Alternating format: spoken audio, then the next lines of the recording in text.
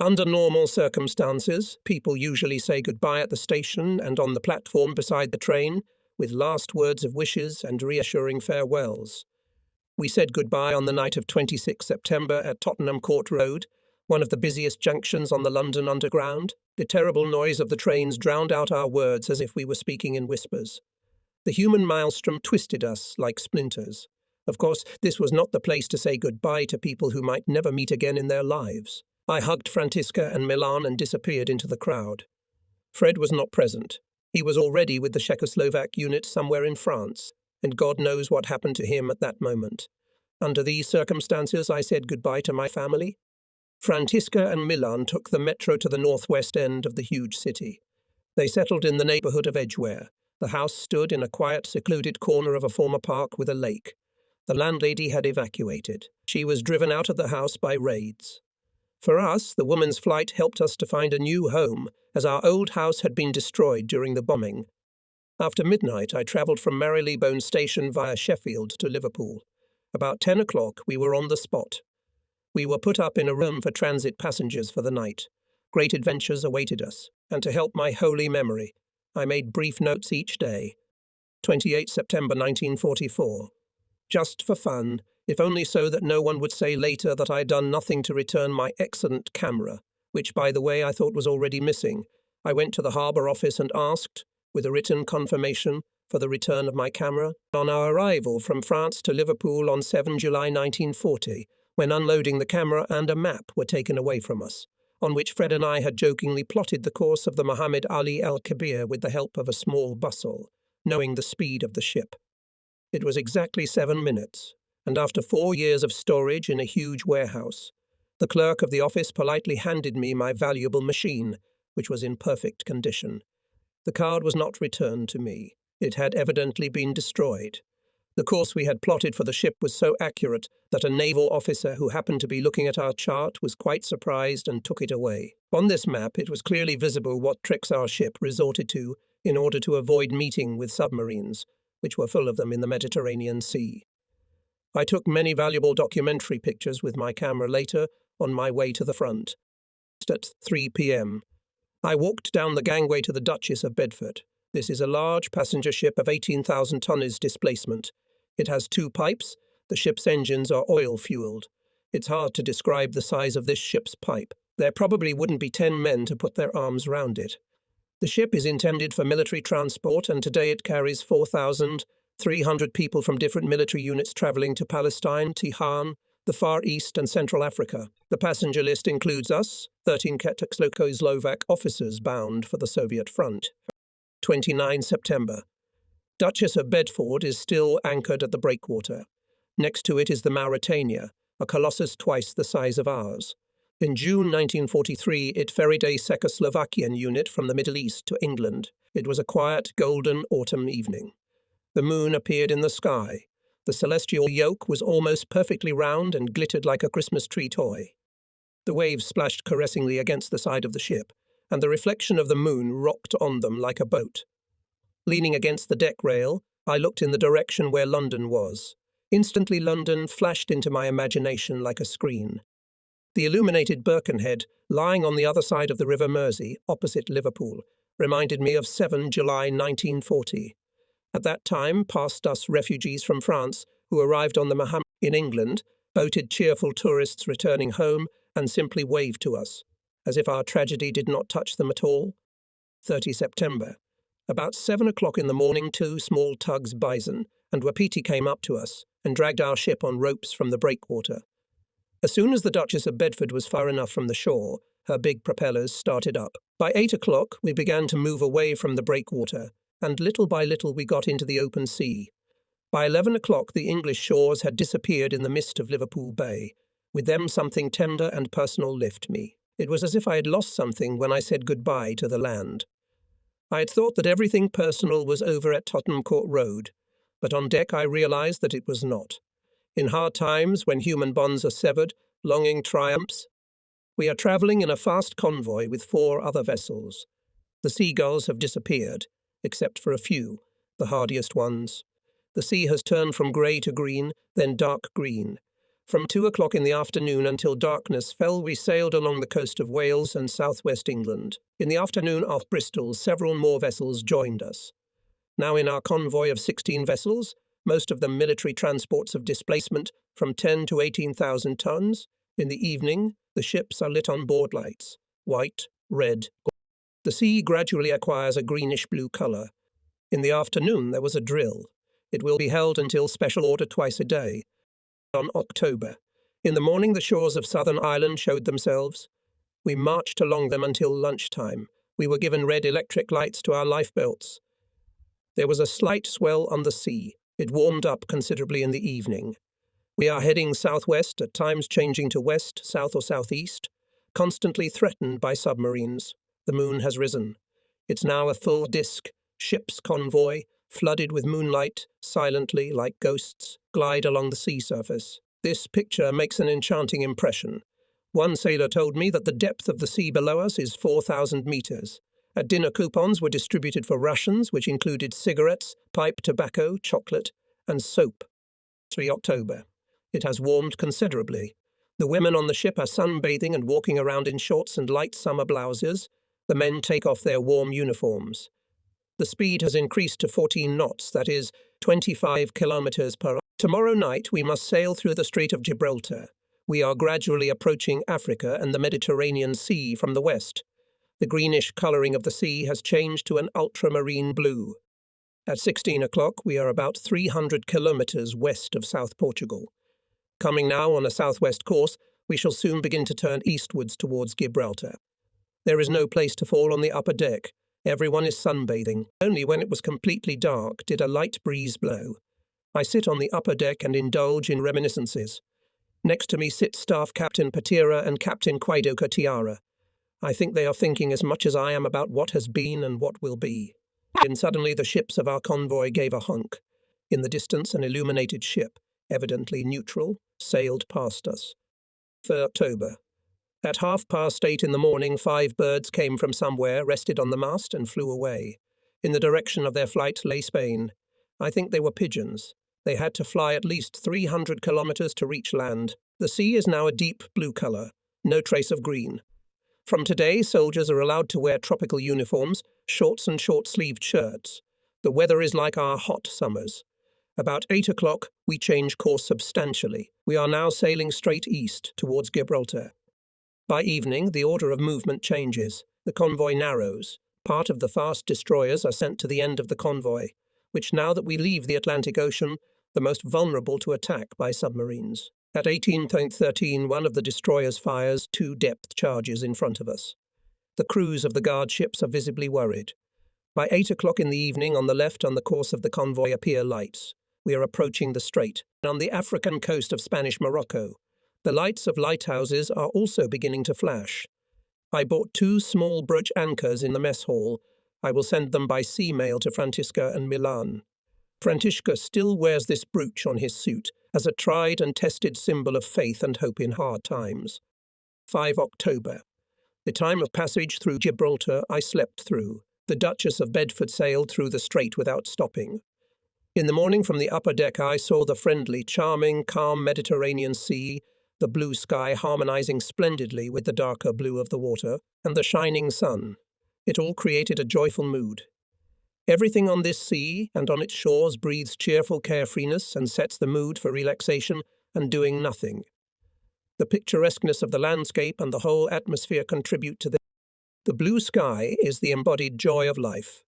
In the evening, the port of Oran appears on the horizon. The ship's radio informs that we are passing the place of the first landing of the Allies in Africa, which took place on the 8th of November 1942. Our Duchess of Bedford also took part in the landing operation. A British officer, a participant in this operation, gave us a short report on this Allied event. The rocky African coast with the spurs of the high Atlas clearly outlined against the bright sky. 6 October.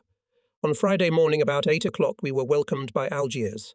The splendour of the white buildings towering over the harbour cut the eyes, though we were sailing 10 miles from the coast. Inside as the African shores with their bare cliffs, falling steeply to the sea, were clearly visible. It was getting cooler. It's quickly becoming dusk. The western sky is coloured pink. It reminds me of something else. In the morning we will be at the level of Bizerte. On Tuesday, 10 October, we should reach our goal of Alexandria or Port Said. 7 October. In the morning at 9:30, we sailed past two rocky steep islets, which on some charts are listed as the Isles de la Galite and on others as the Fratelli Brothers Islets. The second name was given to them, apparently because they are side by side and look out of the sea like twins. I made sketches of them. Beyond Bizerte, the shores disappear in a thickening fog. Visibility is about 4 miles. The atmosphere is like a greenhouse. At 12:50, we leave behind the islet of Sombra. The tops of the cliffs are lost in the clouds. At 14:45, a quail perched on the ledge of one of the pipes. Maybe he got lost in the fog, or maybe he was tired. Quail are not considered hardy birds. At 15:20, there were 6 explosions of depth bombs fired by the guard ships. At 5:30 p.m., the Pantelleria surfaced on our left. We passed 6 miles from the island where on 11 July 1943, the Allies in the long campaign to capture Italy won the first victory. The eastern side of the island is a high mountainous massif. All these mountainous islands look out to sea with almost sheer cliffs. They look terrible. It's eerie to see this desert in the middle of the sea. At midnight, we move the hands forward 1 hour. 8 October. We sail all day with complete invisibility of the land. At 10 o'clock, we pass 100 kilometres to the left of the island of Malta, which the British sailors held at the cost of huge sacrifices, repelling fierce attacks of fascist aircraft. By doing so, they largely retained the Mediterranean Sea for themselves. Civil defence and the heroic resistance of all the inhabitants of Malta also played an important role in this. In case of capture of the island, the scales of war in southern Europe would have tipped significantly in favour of Hitler's Germany and fascist Italy. The strategic communications of the Allies, leading through the Mediterranean Sea to the Middle East, India and Africa, would have been lost. The road to the south would have been open to Hitler. Between Tunis and Derna, we sail the shortest route, leaving Little Sirte and Big Sirte on the right. From time to time, flying fish about half a metre long emerge from the sea. They suddenly jump to the surface and, fluttering their short bony wings, fly over the water for several hundred metres at a speed of up to 100 kilometres per hour, and then disappear into the waves. Dolphins appear. They swim in packs and behave as if they are flirting with the sea and the ship. During lunch, again a series of explosions of depth charges. In the afternoon, the radio reported that the final destination of the ship would be Alexandria. 9 October. In the morning, the African coast again appeared on the horizon, sailing 5 miles from the shore to Derna. In the rising sun, the steep, bare slopes are plastic against the desert. At noon, we are at the level of Derna. The tower of the mosque is clearly visible. The pendulum of desert warfare swung one way or the other. Wavell in December 1940 from Egypt went 1,000 kilometres to the west. Rommel in March 1941 to the east. Ritchie in November 1941 again to the west.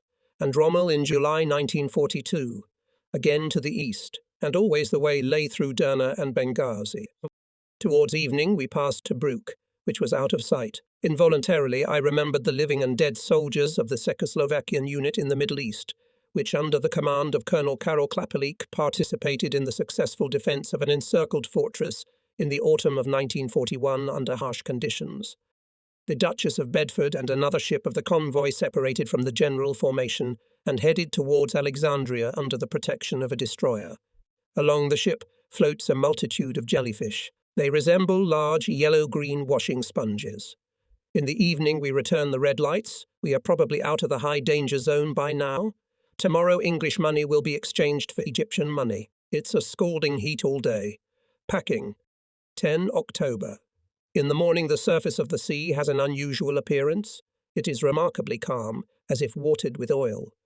A light breeze tries to create a slight ripple, but the impression of lazy water remains. The closer we get to Alexandria, the more transparent the emerald green of the water becomes. At 10 o'clock, the highest contours of the harbour appear in the distance. From 2 o'clock in the afternoon for nearly 2 hours, we sailed past harbour buildings, private and merchant ships of all kinds, past a burnt-out steamer and a Greek destroyer. An aircraft carrier lurks among the many large and small vessels. It's about 4 p.m. We finally dock, but go ashore, however, tomorrow morning at 8 o'clock in the morning. Duchess of Bedford has thus completed her voyage. Muhammad Ali el-Kabir, which had taken us on board at Siti after the defeat of France and brought us safely to Liverpool, was torpedoed off the coast of Ireland by a German submarine on the return journey and sank during the night with most of the crew. From the high deck of the ship, I looked down at the grubby Egyptian boys. They deftly catch English pence and cigarettes in the water and on the shore, which are thrown to them from the ship. An Egyptian fat policeman with a fez on his head chases them away, but the boys come running out from behind him again.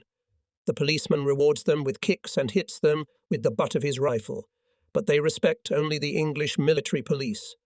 Here one of the boys has jumped into the dirty, oily water and is waiting for a coin to be thrown to him, for which he will dive to the bottom. When he saw the policeman approaching, he dived into the water and hid under a floating board. Only his brown fingers with light-coloured nails were visible on the board. In a minute the boy came out of the water, and at the same moment the policeman jumped up to him. A terrible blow followed. The thin boy went down like a hamstring. When he came to his senses, he stood up quietly and staggered off somewhere. The blackout has been cancelled. These are the first lights since 1940. The sight of them in the harbour and on the ships is pleasing to the eye. The evening is warm, about the same as ours in the middle of August. In Alexandria. 11 October. At 7:45 a.m., I set foot on solid ground again. I took one last look at the Duchess of Bedford, whose deck loomed high above us, and stepped into Africa. Already in the harbour, before we got into the cars, a newspaper seller had cheated one of the members of our group out of 50 piastres. We drove through the city to the seaside camp Sidi Bish, where the 11th Czechoslovak Infantry Battalion T-Stern was acclimatizing after months of desert life, in the Palestinian Jadira and in the most ghastly of all deserts, by the Dead Sea. The sand here is special, deep, slippery. It is very hard to walk on it, and we had a lot to learn in order to somehow adapt to walking on it, even though we were to stay in the camp for a short time.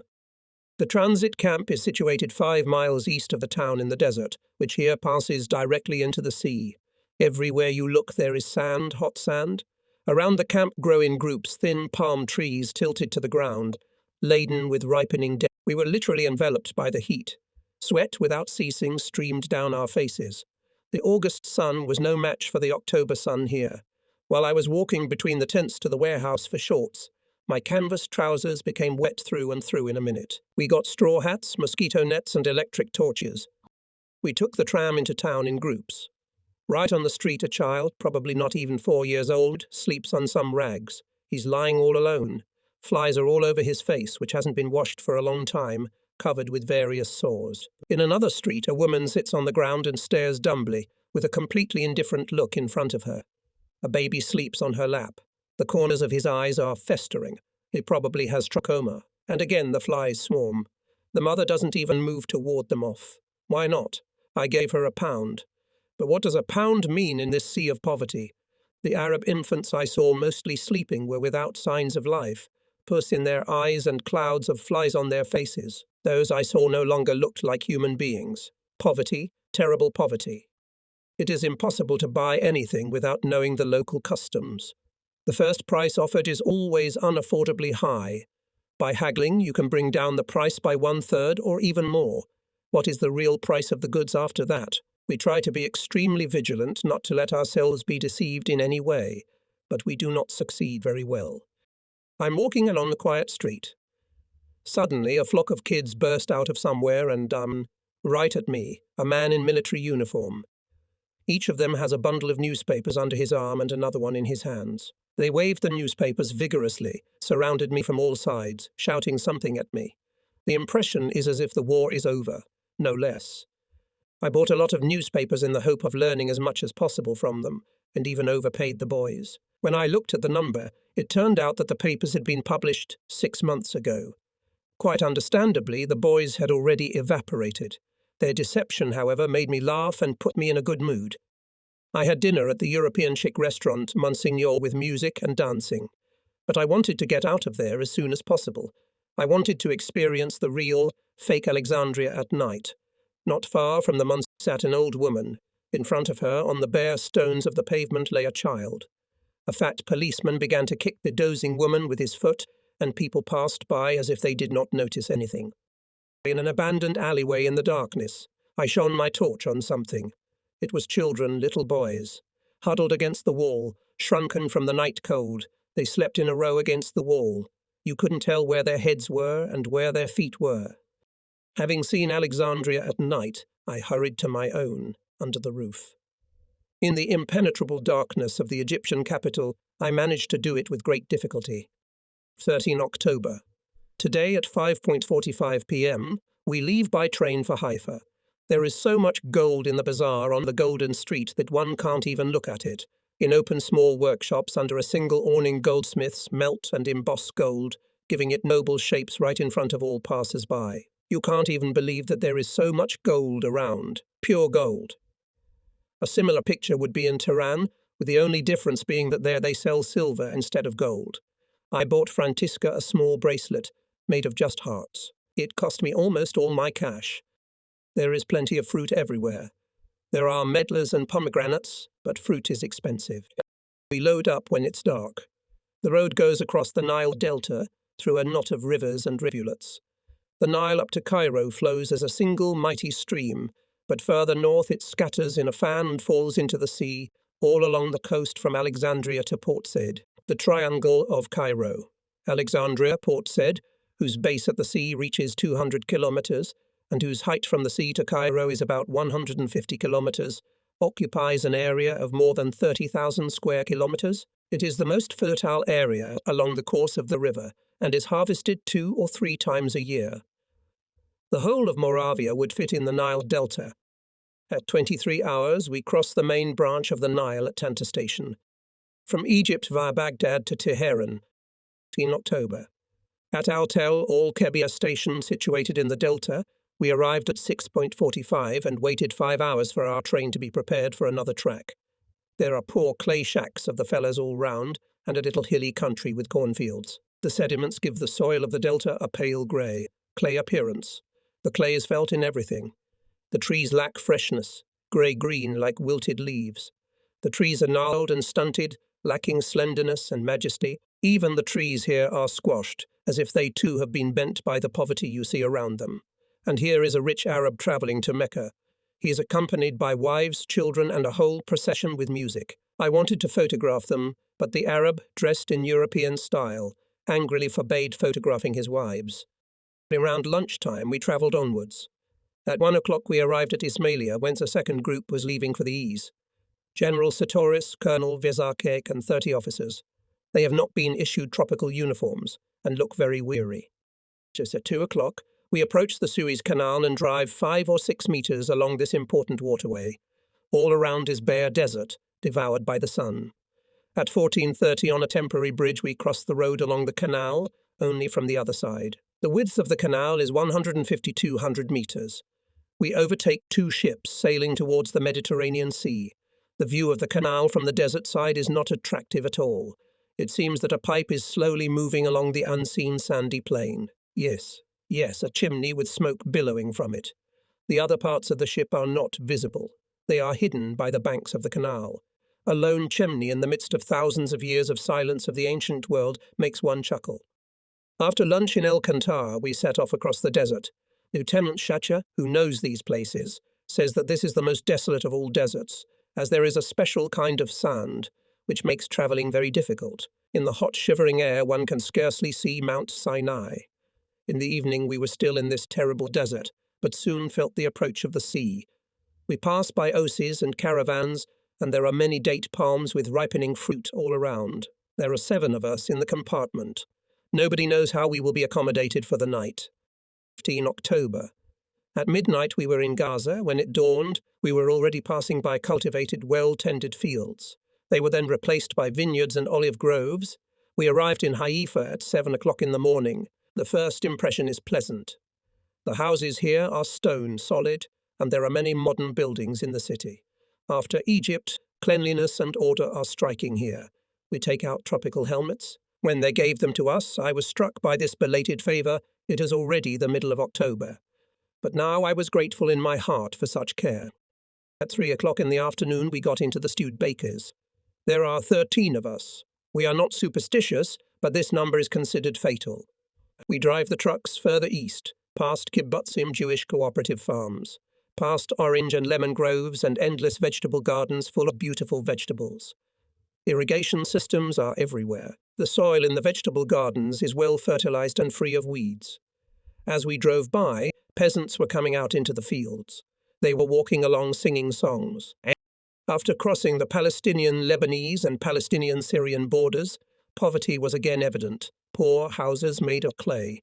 Along the borders we saw watchtowers with armed British police posts. As it was explained to us, they guard the border kibbutzim here against attacks from neighbours. The mountain range in the north is mostly bare, with only occasional patches of young pine trees. Closer to the Jordan, the terrain becomes poorer, and the number of kibbutzim decreases. Apart from two serpentine mountains and the heat and heavy air in the hollow downstream of the river, we experienced no difficulties on the way to Jordan. The main mountains of the wild Palestinian desert, about 1,000 meters high, stretch between Eriha and Jerusalem, framing from the west the suffocating long depression at the Dead Sea, fortunately situated about 70 kilometers south of our route. And this is the area of sizzling heat British Command identified in November 1940. The 11th Czechoslovak Infantry Battalion for acclimatization and completion of combat training. This area lies 395 meters below the surface of the Mediterranean Sea. Some soldiers from Klapalek's unit despaired at the sight of the dead, desiccated terrain. In the middle of the bare, grassless mountains, with only the light yellow of sand and rocks around them, and did not believe that it was possible to live here. Afterwards, however, they got used to the dry desert air and gradually learnt to move over the sand without much difficulty. At 2:30 in the morning we crossed the Jordan River.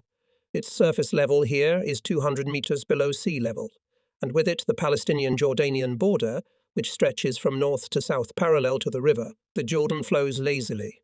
Its water is yellowish-green, a kind of unhealthy colour. In the river valley, large signs about the malaria epidemic were insistently drawing attention. At 13:55 we are again at zero altitude and serpentine, climbing on a plateau, in the form of completely empty mountains, about 1,000 meters high with sheer cliffs below and above us. When the sun is at its zenith, not a single living thing is visible. Even the Bedouins themselves hide at this time in tents and small caves that abound along the road. Herds of goats and sheep graze under the supervision of sleepy shepherds. Donkeys with heavy loads on their backs are occasionally seen. It is stifling and terribly hot. The air seems to sway. In the sun it is a good 50 degrees. How would we get there without tropical helmets? At 4 o'clock we passed Irbid. The soldiers of the garrison are in Jordanian army uniforms. At 5 o'clock we passed Mafraq and settled down for the night in the desert. We are already travelling along the route of the oil pipeline laid in the desert sands, from Haifa to Jordan, 80 kilometers, and from there to Mafraq, 70. Is that all? However, distance is not everything here. The first night in the desert, the real desert. Who can describe the beauty of such a night when you can see nothing and yet you can see so much? Fascinated, I stood near the tent in the middle of the amazing silence and looked at the starry sky, at the captivating sky above the desert. After a moment's hesitation, I decided to go a little away from the camp, just a few meters so as not to get lost, but step by step. And soon the camp disappeared from my sight. I stood alone in the desert. I don't know how the locals know how to walk in such a way that the sand doesn't rustle, what kind of shoes they wear, but suddenly they were near me, squeezed me from three sides. Only the white teeth and the metal of their daggers glimmered in the darkness. I was terrified. I could only say two words out of fear. I am an Englishman. Well, not well, but I said what my instinct told me to say. Calling myself a Czech would have done me a hell of a lot of good. Those men instantly vanished like spirits. Who were they? Bedouin brigands or a sentinel? The next day, in the evening, the English guides advised us not to camp somewhere out of the way. Otherwise, they said, we might not wake up stabbed with a dagger. Sunset in the desert plays all the colours of the rainbow, but the predominant colours are orange and yellow of all shades, not pink like ours. The opposite side of the horizon is painted in colours from pastel to bluish violet. The night sky here is bluish transparent, which gives it a magical captivation. A true oriental night. Twilight only lasts for maybe only about 20 minutes, and then it's immediately dark. The colours changed rapidly, and I hasten to describe their palette. 16 October. Rising at 4, breakfast at 5, departure at 6. Enchanting sunrise, a fiery solar ball in a golden halo somehow immediately jumped out from behind the sandy horizon. We set off on the road. Soon the clay-yellow desert is replaced by a black, stony one. Sharp basalt stones up to 50 centimeters high densely cover a huge territory 500 kilometers long and 400 wide. This is the Syrian desert. It is located on the border of 4 states: Jordan, Syria, Iraq, and Saudi Arabia. The whole of Czechoslovakia would fit in this area. This black stony sea under the searing rays of the sun casts a matte sheen and resembles a snake. It's all awe-inspiring. Between the rocks here and there you can see yellowish sand. The English sergeant accompanying us said that there is life in this wild desert and that even gazelles live here. Is it possible? The gazelles must have something to eat and above all something to drink. When we stopped, I tried to find an answer to this question, and I did. Between the stones in the sand I found some vegetation, some black bushes with leaves. On them were green berries the size of lingonberries. I squeezed one of them. Juice spurted from it. Here it was, stored moisture for the thirsty gazelles. The black desert seems to have no end. We've been travelling for 4 hours, we've long passed the transit station, and still we go, go, go. At 3 o'clock in the afternoon we finally arrive at another transit station. Settled in the open air, our journey is over for the day. We're still in Jordan. Our journey today has been along the Syrian border. It's still about 150 kilometers to the Iraqi border. The heat is exhausting. To understand what 50 degrees of heat is like in the desert, let me give you an example. I was sitting with a tropical helmet on my head in the back of a Studebaker under an awning. The tarp only slightly swayed in the headwind. I didn't notice the narrow slit in the tarpaulin, and the soldier from the escort suddenly said that I had a strip of burnt skin on the back of my head and that it wasn't safe. We met the second night in the desert. I put the camp bed near the tent and, covered with a woolen blanket, lay on my back and looked up at the starry sky. It was full of sparkling stars. The shining of the stars in these parts of the world with the clear air is like the luster of precious stones. The fresh caressing breeze seemed indescribably gentle. Soon I fell asleep. I don't know at what hour of the night I woke up, but it was pitch black all around. There was someone standing over me, a large black mass breathing hotly in my face. I moved and grabbed for my gun. The black thing bounced away, and I heard it rush away. When I recounted the incident at breakfast in the morning, the English sergeant laughed. "It was a wild donkey that took an interest in you," he explained. "A brother-in-law sees a brother-in-law from afar," was the joke around. We left at 8 o'clock in the morning, rather late in these parts. By midday we had crossed the Jordanian-Iraqi border. The desert structure had changed. The stony desert changed to a sandy clay desert of light grey colour, with small pebbles and a surface as flat as a table. In the afternoon we passed a short hilly section. There are no high mountains with sharp tops in this area. Flatlands are more common here. We passed several camel herds. At the end of the day we set up camp and prepared for the night. It was the third night in the desert. We had travelled 210 kilometres. We still had 518 kilometres to go to Baghdad. 18 October. We rose at 2 o'clock in the morning, and at 4 o'clock, still in complete darkness, we set off. Before us is a plain, endless and tedious. Our average speed is 50 kilometres an hour. We are thrown from side to side in the body. Now and then mirages appear in front of us. Suddenly in the desert you see water, it lives, plays with light, shimmers. You see a lot of trees near this water, yet spills over a great distance. The sight of the water refreshes us, but immediately the fatigue of the false play of distances begins to torment us. The picture of the oasis seemed to be running away from us playfully, and there was no way we could reach that lake of vegetation. What the hell is this? I thought, seeing that the water wasn't getting any closer. There was no devilishness here, just a bizarre reflection in the desert. Gradually we begin to realize that it's all a mirage, that nature has fooled us. The picture of the oasis in the desert kept appearing and appearing before our eyes. It was like a watercolor painted on a wet canvas. Blurred edges, some strange combination of dark tones and generalization of details. Gazelles would not drink this water. Before reaching El Fallujah on the Euphrates, we met a camel caravan.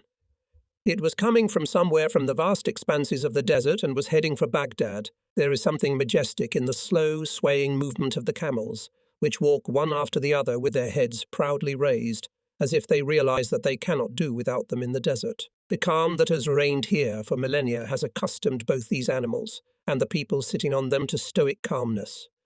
The caravan paid no attention to us. At 4 o'clock in the afternoon, we entered the fairy tale city of the 1001 Nights. We were greeted by dust and dirt, as well as refreshments and a well-deserved rest at the transit camp. From Haifa to Baghdad in 4 days from 15 to 18 October. We travelled 1,200 kilometres, of which 1,000 kilometres across the desert. 19 October. Baghdad is a typical eastern city. It appeared before us in all its unattractiveness. In open little restaurants, men were lying on straw mats. Women in the streets are wrapped in black burqas. In public places they are not to be seen at all. After 7 p.m. we left by train for Basra. Basra is located in Iraq, 700 kilometres from Baghdad, on a narrow wedge, squeezed on all sides by Iranian territory, 2/3 of the way the railway runs between the Euphrates and the Tigris across Mesopotamia, then a bridge over the Euphrates and on along its right bank. Of this road I have nothing in my memory. I slept most of the way, and the journey was not pleasant. The fine dust, raised by the train, penetrated into the carriage through all the cracks and covered everything inside with a grey coating. It was impossible to fight against it. In the morning we found a thick layer of dust on everything and in everything. It had penetrated even the clock. In Basra, the Venice of the East, the heat was unbearable. We lay all day in transit camp as Solniyi. The fans were spinning full blast and sweat was rolling off us in hail. Even the locals hid in the shade during the hottest hours. The heat was exacerbated by the high humidity. Such a hothouse atmosphere was unbearable. It was a good thing we left Baghdad at night. It was even hotter in Basra, over 50 degrees, and there was a lot of humidity too. 21 October. At 4 o'clock in the morning, we set off somewhere along the narrow-gauge railway. The steam train only from the third run takes a slight rise after a wooden bridge over the Euphrates. After an hour or two, we stop in a field, and an English officer invites us to transfer to another train equipped specially for travelling through the desert. The passage with luggage was somewhat onerous. In addition, the platform was about 1.5 meters high and had no steps. Our destination was Tehran. The terrain we are travelling through generally retains the character of desert, but increasingly there are settlements with vegetation. We are in Iran. In Ayvaz, 150 kilometers east of Basra, we were dropped off the train at midday and placed in a transit camp.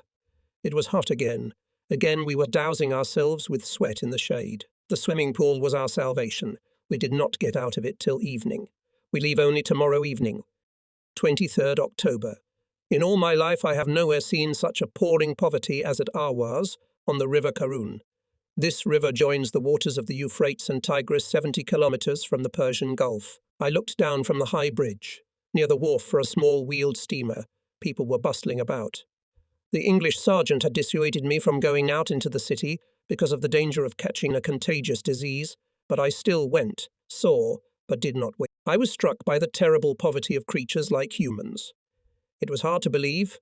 Men and women, not to mention children, were dressed in filthy rags. People are shouting at each other, hysterically shouting so that you can't make out the words. And this shouting is the normal way of speaking here. Everything is covered in faces, so it's impossible to pass. I took pictures of this human misery, and I was scared. Then I saw stately elders in tattered rags and with long sticks in their hands, tapping on the edge of the pavement.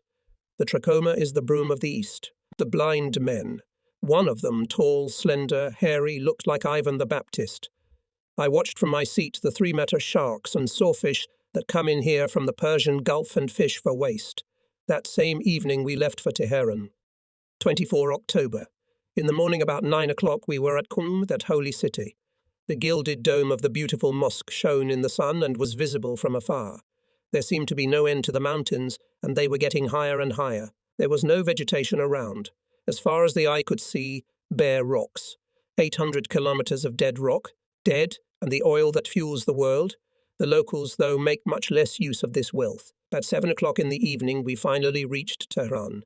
Here we will have to stay for a few days until the convoy is formed. 26 October. The Czechoslovak military attaché Colonel Lipa brought us to the stadium where a sports festival was held in honor of the 26th anniversary of Shah Muhammad Reza Pahlavi. The results of the exercises on the shells were not. As for running, The athletes were very tired at the finish line. Tehran lies at an altitude of 1,200 meters above sea level. There are many Soviet, British and American servicemen in the city. The United States of America, in cooperation with the Soviet Union, built a large equipment assembly center in Tehran.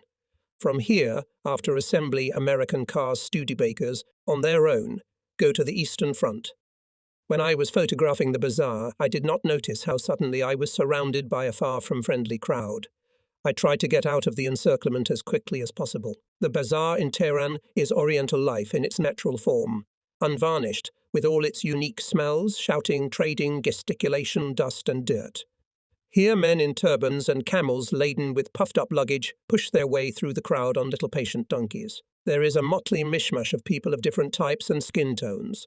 Here you will see beautiful national clothes and turbans of the most unusual shapes. Here you will meet with a lively Oriental temperament. All this is an unforgettable spectacle. 1 November. In our homeland, it is the day of commemoration of the deceased. Today people go to the cemetery. By evening, as a rule, it's already freezing. But here we walk around in shorts and a shirt and the sun is as hot as it is in Czechoslovakia in August. The trees here are always covered with leaves. But in the hottest times, the leaves lose their freshness. On the eve of departure, we were photographed, a mandatory activity for correspondence before the transport leaves. The photographer was about to press the button when suddenly the military attaché made an unfortunate joke, saying that he would have to cross out some of us in the photograph with an X. When the message about the heroic death came, Gibraltar could have known then that the first to go would be the sect teacher from Cairo and the talented poet, Nadporushek Jurek. They did not know that they had 3 weeks and 3 days to live, that they would perish on the Bezimyananya heights near Nizhny Kamanik at the capture of the last fascist station in the Carpathians. Nor did our 4 other compatriots, pictured on 1 November 1944 in Tehran, know that they would soon follow Jurek. 2 November. We are already at the disposal of the Soviet command, and the cars are driven by Red Army chauffeurs. At noon we leave for Pahlavi, situated on the shore of the Caspian Sea. We go higher and higher up into the mountains, the tops of which go into the clouds. We admire the wild beauty of Elbrus. Volcanic traces can be seen on the rocks. Mountains inspire fear. Some chauffeurs have already paid with their lives for venturesome driving. We drive through a very narrow valley. Sheer cliffs loom over us, turns over precipices. No barriers and no warning signs. Here and there small Persian-style villages nestle between the cliffs, and all around are sparse trees stretching to the height of pyramidal poplars. This poor region is beautiful in its own way. We pass a number of Soviet checkpoints and stop at one of them. Until we receive a message that there is no fog ahead, we will not be allowed in. Finally, we receive the news that the fog is not threatening us, and we drive on. After a while, we learnt why we had to be so careful. With serpentines, we climb to the highest point of the road, which then passes through a 2-kilometer tunnel under the Elbrus Massif. The tunnel is on Iranian territory and is guarded by Soviet units. The former Shah completely reoriented himself to the policy of the Axis powers as early as 1935. In June 1941, the Shah declared Iran neutral. However, based on justified distrust, on 25 August 1941, Soviet troops entered northern Iran, and the British occupied the southern part of the country. With this, the activities of Hitler's fifth column were foiled. The Shah was forced to give up the throne. We reached the tunnel by 6 o'clock in the evening, and then by puzzling turns for an hour and a half, we were sliding down to the sea. Our chauffeur, Kozlovsky, the son of a cavalry general, a participant of the 1941 battles near Moscow, showed us during this crazy race down to the 1,000-meter abyss in which a Soviet lieutenant and his driver had recently perished. 3 November. Today we leave Pahlavi. Along the seashore there are orange groves with ripening fruit, tea plantations was just being harvested, rice fields, mulberry trees.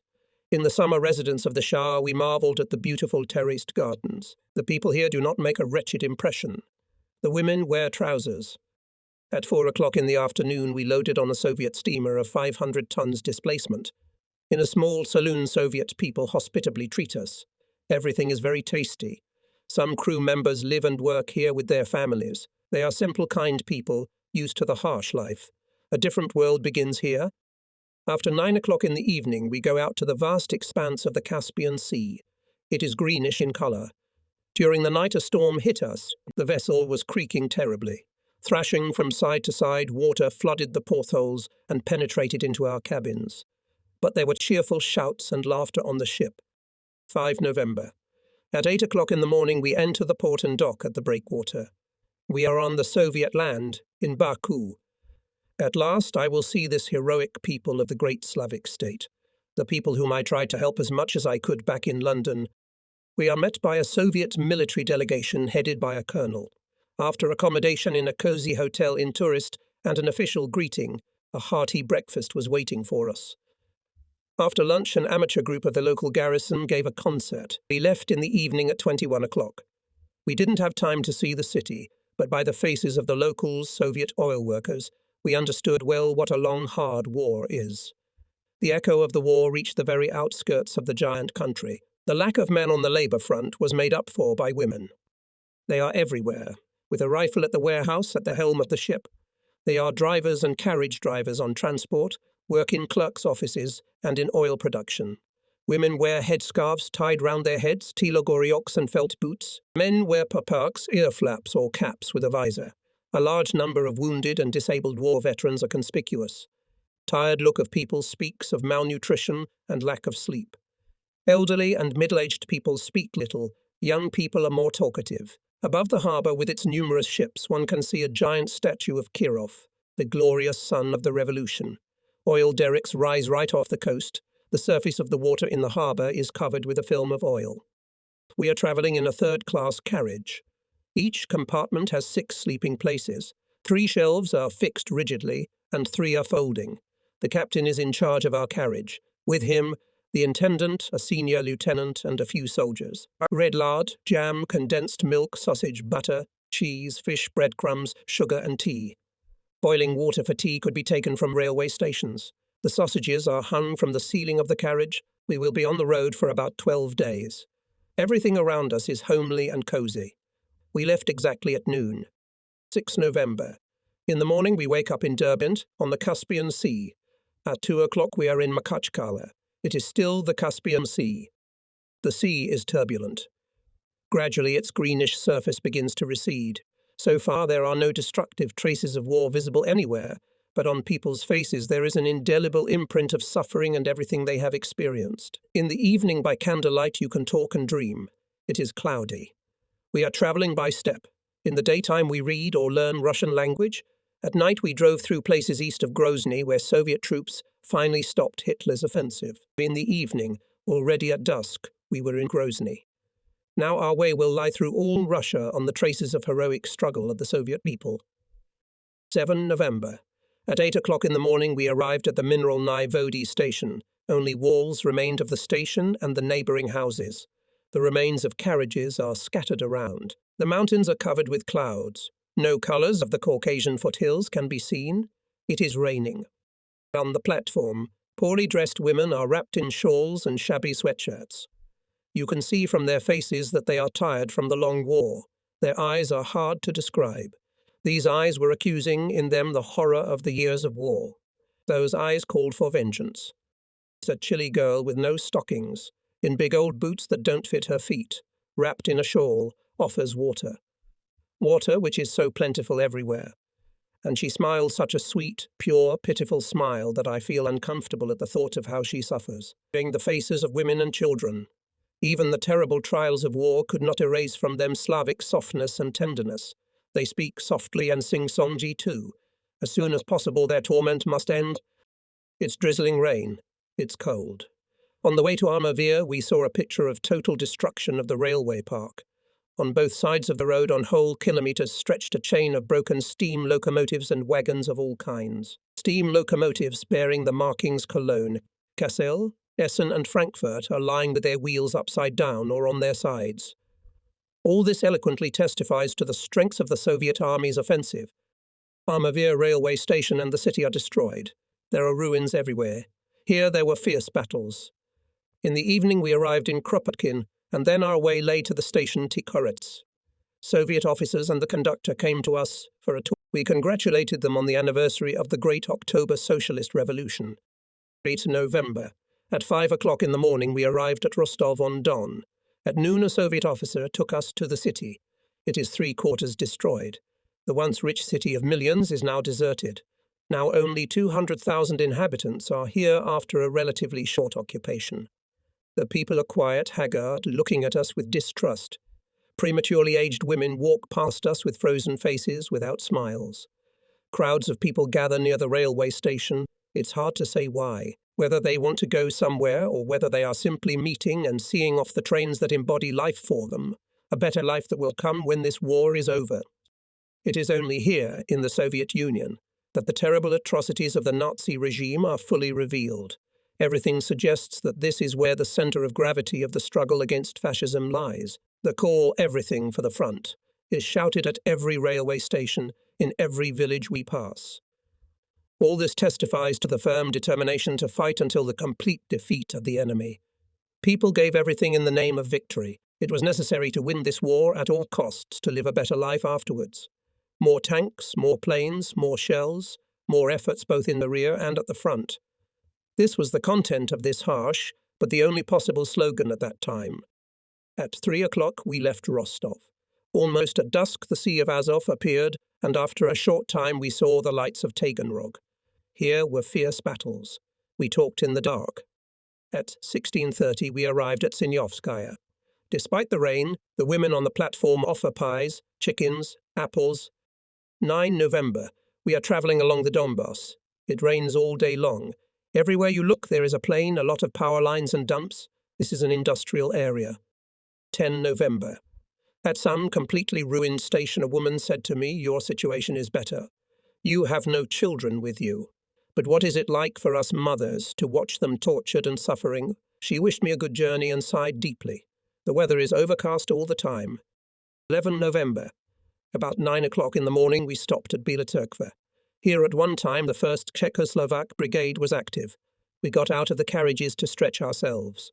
The battles were persistent and took place in severe frosts. At noon we left Fastov, and in 2 hours we were already walking along Kreshetik in Kiev.